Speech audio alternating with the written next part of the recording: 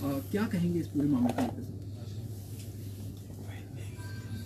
देखिए, पिछले 3 दिनों से विधानसभा जब से ये सत्र चला है,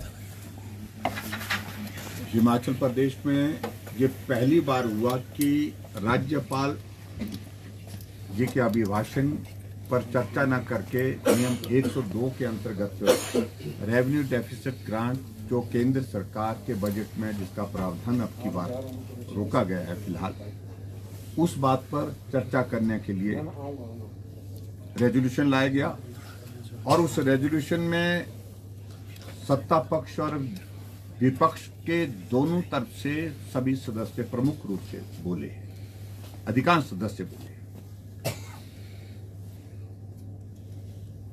सत्ता पक्ष की ओर से लगातार जो बात कही जा रही थी वो तथ्य के बिना कही जा रही थी, राजनीतिक मकसद के साथ कही जा रही थी, राजनीतिक भाषा का इस्तेमाल किया जा रहा था। लगातार शरारत नहीं है, ये अधिकार है, ये शब्द एक कोने से दूसरे कोने तक जो है जितने भी सदस्य बोलते रहे।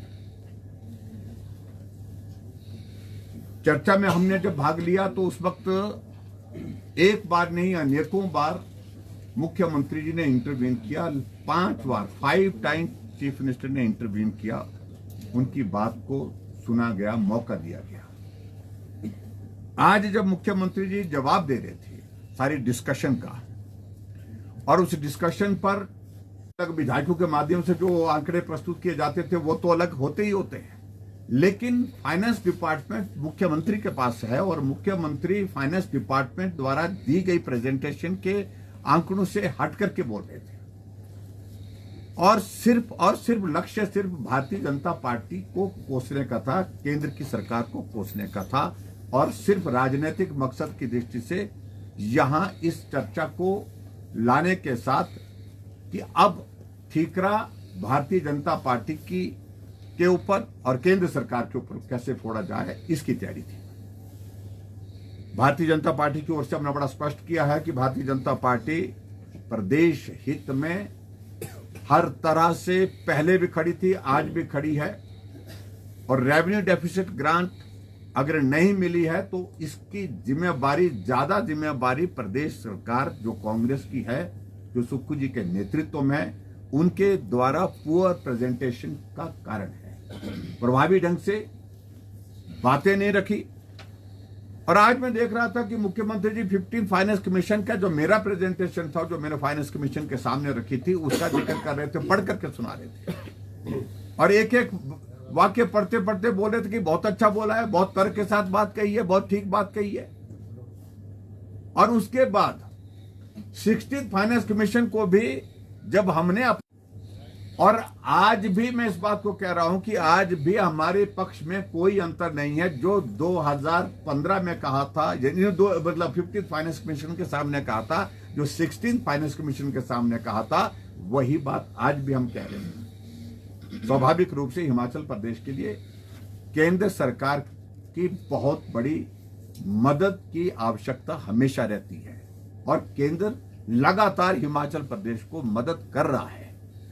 और मैं इस बात को लेकर के जब मैंने आंकड़ा सामने रखा उनके सामने कि आप हमको बताओ कि 2 फाइनेंस कमीशन जब कांग्रेस की यूपीए गवर्नमेंट केंद्र सरकार में थी, मनमोहन सिंह जी देश के नहीं दुनिया के जाने माने अर्थशास्त्री, देश के प्रधानमंत्री थे, उस वक्त 2 फाइनेंस कमीशन की ओर से रेवेन्यू डेफिसिट ग्रांट मात्र 18,000 करोड़ रुपए मिली।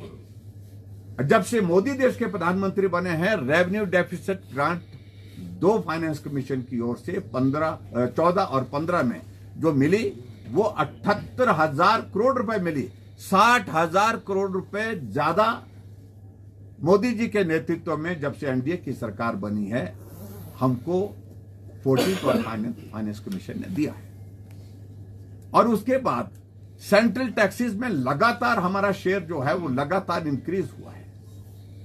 अब की बार और उसमें इंक्रीज के साथ लगभग 14,000 करोड़ रुपए आपको हिमाचल प्रदेश के लिए मिलेगा। आप तर्क के साथ बात रखिए, आज भी बात रखिए, कल भी बात रखिए, वो काम आएगी। लेकिन हिमाचल के हित के लिए भारतीय जनता पार्टी हमेशा पहले भी खड़ी थी, आज भी खड़ी है और आने वाले समय में भी खड़ी रहेगी। लेकिन कांग्रेस पार्टी के राजनीतिक मकसद को पूरा बिल्कुल भी मन नहीं किया था, ना रेजोल्यूशन का विरोध किया है।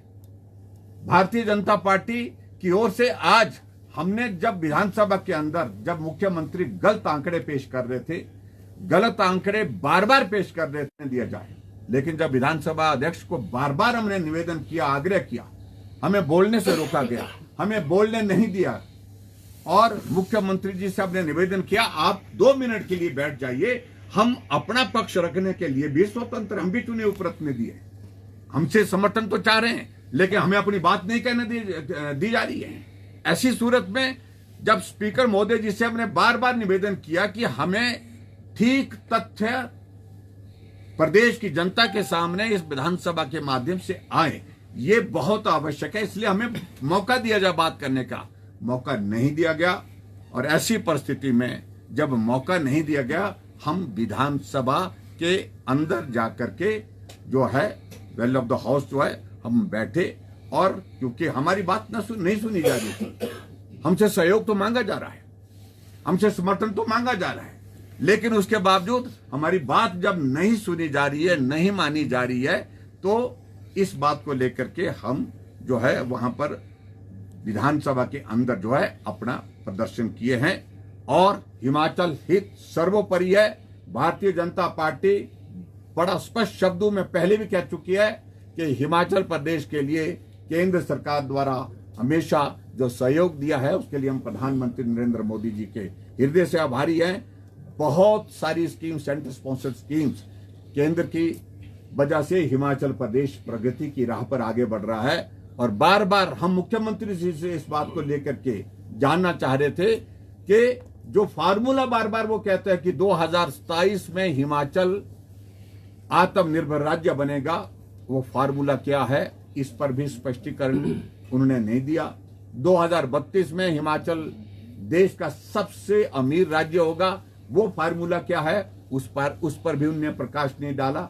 और ऐसी सूरत में भारतीय जनता पार्टी ने आज विधानसभा के अंदर अपनी बात ना कहने के लिए जिस प्रकार से हमको रोका गया, अपना पक्ष रखने नहीं दिया गया, भारतीय जनता पार्टी को इस बात का ही विरोध किया।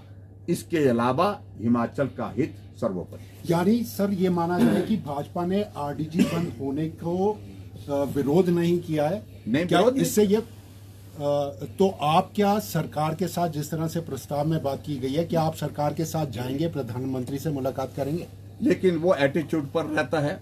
जिस तरह का माहौल कांग्रेस के लोगों ने यहाँ पर सिर्फ राजनीतिक मकसद को हासिल करने के लिए यहाँ पर सारा एक वातावरण खड़ा करने की कोशिश की है, उस सूरत में यह संभव नहीं है। भारतीय जनता पार्टी अपना पक्ष स्वयं अपने आप रखने में सक्षम है, लेकिन उनकी ओर से जिस प्रकार से बातें कही जा रही है कि साथ चलिए, हमको जहां बात कहनी होगी अपने तरीके से बात कहेंगे। आप सर राजनीतिक मंशा की बात कर रहे हैं, लेकिन मुख्यमंत्री ने तो हाउस में कहा, वो भी वही बात कह रहे हैं जो आपने 15 फाइनेंस कमीशन के सामने रखी, 16 के सामने रखी, और जब आप सत्ता से हटे तो आपके सुर बदल गए।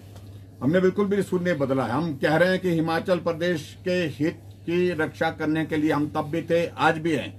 और हिमाचल प्रदेश में revenue deficit grant Himachal Pradesh को अगर अब की बार नहीं मिली है तो एक फैसला पूरे राष्ट्र को ध्यान में रखते हुए केंद्र सरकार ने लिया है। आप अपना पक्ष रखिए और अपना पक्ष प्रभावी ढंग से रखिए, तथ्य के साथ रखिए, राजनीतिक मकसद के साथ मत रखिए। ये जिम्मेवारी प्रदेश सरकार की है और इस जिम्मेवारी के लिए जहां भारतीय जनता पार्टी की बात है, हम अपने आप इस बात को लेकर के विचार करेंगे किस प्रकार से हमने अपनी बात। सर आप उम्मीद करते हैं कि केंद्र सरकार से आरडीजी जो बंद कर दी गई है, जब आप पक्ष रखेंगे तो इसको जारी किया जा सकता है? देखो, हमें उम्मीद के बारे में अभी तक हम इस सारी बात को लेकर नहीं, लेकिन प्रदेश सरकार की जिम्मेवारी बनती है कि वो अपने बात को तर्क के साथ रखे। राजनीतिक मकसद को हासिल करने के लिए ये इस प्रकार की ओछी राजनीति मैं कह सकता हूँ, ये प्रदेश हित में नहीं। सर हाउस के लिए क्या कहेंगे?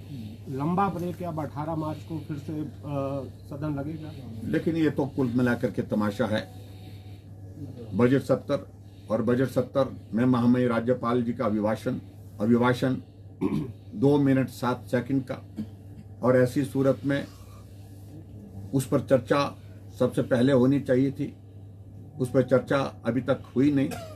रेवेन्यू डेफिसिट ग्रांट का जो यहाँ पर इन्होंने रेजोल्यूशन और खासतौर से जिस पर चर्चा लाई 102 के अंतर्गत, उस पर चर्चा पूरी हुई है। और होना तो ये चाहिए था कल के बाद आगे बढ़कर के सत्र चलता और महामहिम राज्यपाल महोदय जी के अभिभाषण पर चर्चा होती। धन्यवाद प्रस्ताव जो गवर्नमेंट की ओर से आता है उस पर चर्चा होती, जिस पर सब सदस्य बोलते। लेकिन बहुत सारा, क्योंकि इनका सिर्फ राजनीतिक मकसद है कि 17 मार्च को शायद केंद्र सरकार का बजट प्रस्तुत होना है, वो उसका इंतजार कर रहे हैं। और इसलिए उन्होंने 18 तारीख को ये अपना बजट, मुझे जो जानकारी मिली, मुझे पूरा सुनाई नहीं दिया क्या डेट दी है, 18 मार्च को जो है बजट सत्र शुरू होगा। इस प्रकार की स्थिति कभी भी नहीं आई है जो वर्तमान में आई है। सर 16 मार्च को राज्यसभा का चुनाव जो है वो हिमाचल प्रदेश की खाली सीट पर भी होगा, क्या भाजपा अपना प्रत्याशी खड़ा करेंगे? ये सारी चीज को लेकर के ये पार्टी के स्तर पर अभी चर्चा होनी, आज नोटिफिकेशन हुई है। मुझे लगता है कि इसके बाद फिर चर्चा करने के बाद पार्टी का जो नेतृत्व फैसला करती है उस पर आगे बढ़ेगी। Thank you very much.